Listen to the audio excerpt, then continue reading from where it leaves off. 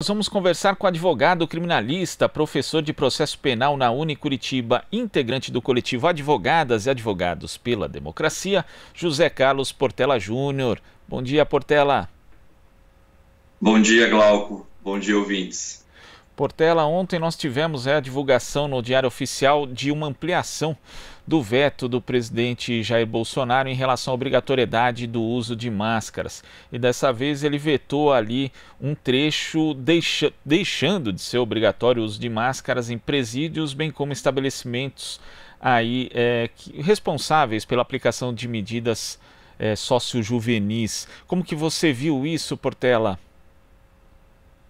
De uma maneira bastante preocupante, o presidente se coloca contra o povo, mais uma vez, né? Contra a população mais vulnerável. A gente vê, desde o começo do governo Bolsonaro, inclusive um discurso, né, bastante draconiano, bastante severo contra a população mais vulnerável, né, contra a população negra, contra a população pobre, contra os trabalhadores, e claro que não ia ser diferente no que toca à população encarcerada. Aliás, não se tomou nenhuma medida desde o começo da pandemia de maneira eficaz para se frear o avanço do coronavírus nos presídios.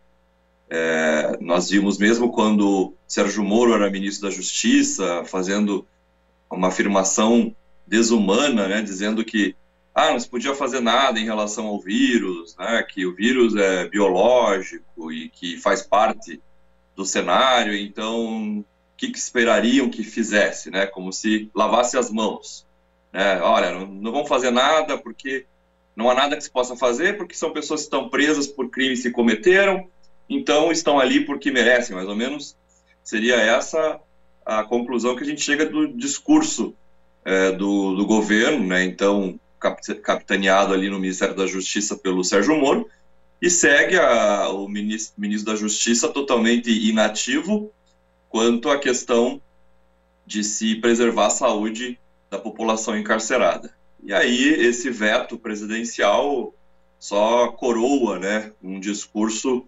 anti-direitos humanos, anti-direitos fundamentais de uma população que está extremamente vulnerável a essa pandemia, porque a gente sabe que nos presídios não se tem instalações médicas adequadas, não se tem pessoal médico em número suficiente para atender a população prisional, nem numa situação de normalidade, que dirá agora numa situação de pandemia. Então isso aí é algo criminoso por parte do presidente da República.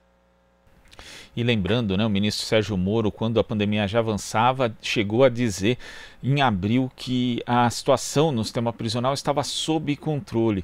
Depois a gente viu que não é bem assim, embora a gente ainda tenha, né, Portela, uma falta de transparência em relação aos dados reais sobre a situação da pandemia no sistema prisional brasileiro, já que a maior parte dos presos está em sistemas estaduais e nem todos os estados aí se dispõem a oferecer esses dados, né, por mais que entidades pressionem, por mais que inclusive mesmo integrantes do Ministério Público ou das defensorias públicas tentem ir atrás para saber, mas infelizmente isso ainda é pouco transparente, até porque existe pouca testagem em relação a isso, né, Portela? Quer dizer, é uma situação dramática na prática do sistema prisional brasileiro e se ilude quem pensa que fica ali, né, porque expõe também os funcionários, expõe as pessoas que estão fora do sistema prisional, é algo realmente terrível, Portela.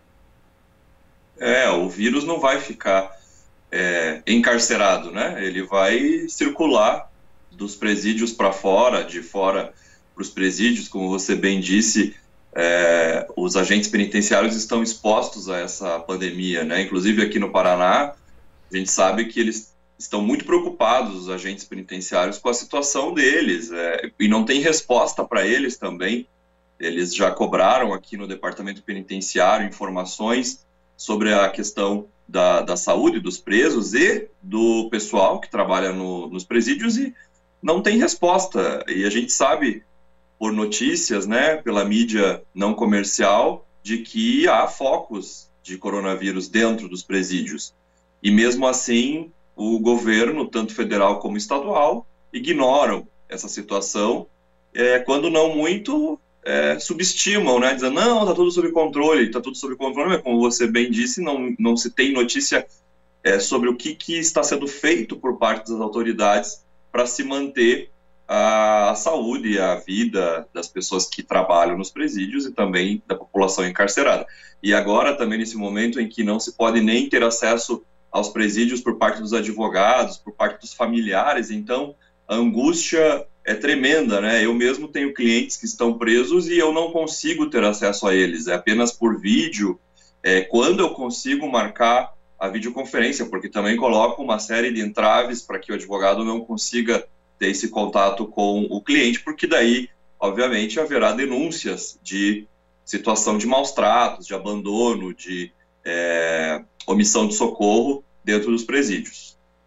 E a gente sabe que não é possível, na verdade, ter essa noção real por meio de videoconferência. Aliás, tentaram até fazer audiências de custódia por videoconferência, o que é uma aberração.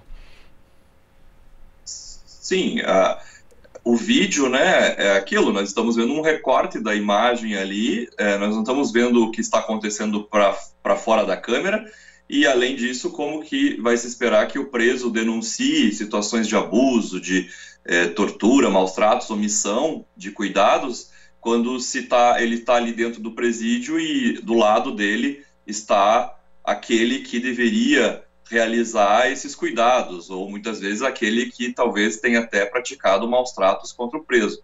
Então é inimaginável pensar que nesse modelo de videoconferência a gente consiga ter a real dimensão da tragédia que acontece dentro dos presídios.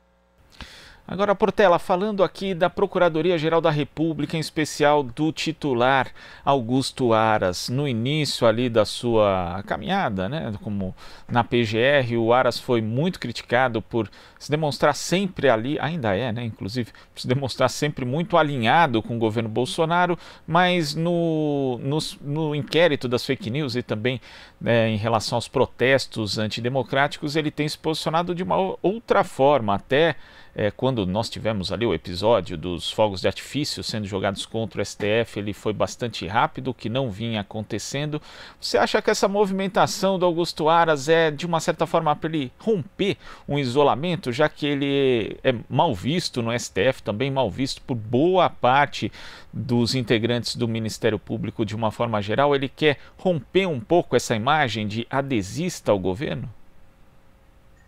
Acho que tem esse fator, sim. A gente vê uma mudança de atuação dele depois que houve uma rebelião por parte dos integrantes do Ministério Público, que estavam inconformados com a atuação adesista do Augusto Aras, né? Lembra que teve até nota em jornal dos procuradores e promotores dizendo que não concordavam com essa atuação, e depois disso a gente vê uma mudança, né? Pelo menos nesse momento, que indicaria uma possível tentativa de independência da PGR. Mas também a gente não sabe outros interesses que estão por trás dessa nova tática do Augusto Aras, né?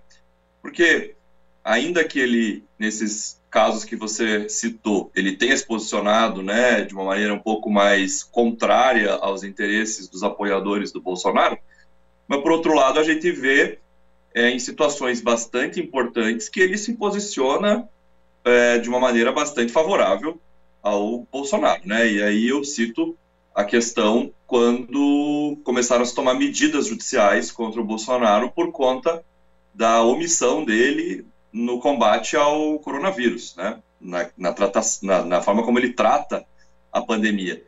E a PGR endossou todas as medidas do Bolsonaro.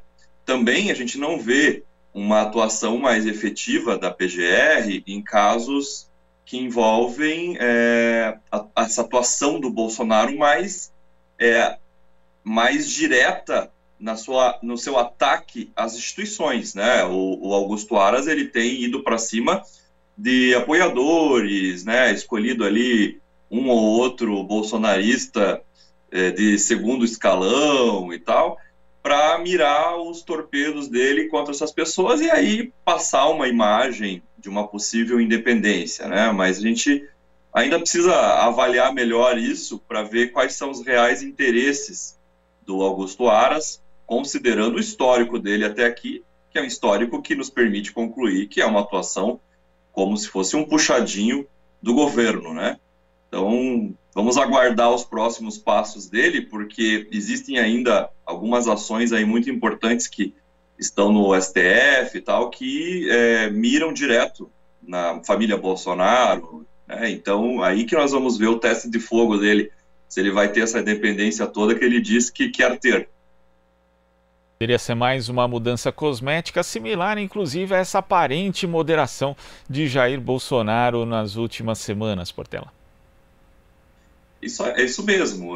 Você vê que o Bolsonaro também deu uma amainada, né, no seu discurso mais virulento que ele vinha fazendo todo final de semana, né, com seus apoiadores contra o STF, contra o Congresso, contra um setor da mídia. E depois que essas ações do STF ali no inquérito das fake news e quando a situação se complicou com o Queiroz, você vê que ele deu uma pequena amainada no seu discurso, mas como você falou, é isso, uma mudança cosmética. A gente não pode se enganar com essas aparentes mudanças de tom, quando por trás das cortinas esse pessoal aí está tramando a destruição do Brasil, né? Não para, os projetos de destruição do país não param de jeito nenhum. Aí o que acontece? O Bolsonaro talvez não vá pro front ali direto agora, está se preservando um pouco, mas coloca o seu batalhão para fazer o trabalho sujo, né? O Ricardo Salles, o Paulo Guedes, a Damares, esse pessoal todo aí continua a todo vapor o projeto de destruição do país, de entrega das nossas riquezas e da retirada de direitos de maneira assim avassaladora. Tá certo, Portela, muito obrigado pela sua participação aqui no Jornal Brasil Atual e até a próxima. Eu que agradeço, bom trabalho. Para você também. Conversamos com o advogado criminalista, professor de processo penal na Unicuritiba, integrante do coletivo Advogadas e Advogados pela Democracia, José Carlos Portela Júnior. Aqui você ouve as notícias que os outros não dão. Jornal Brasil Atual.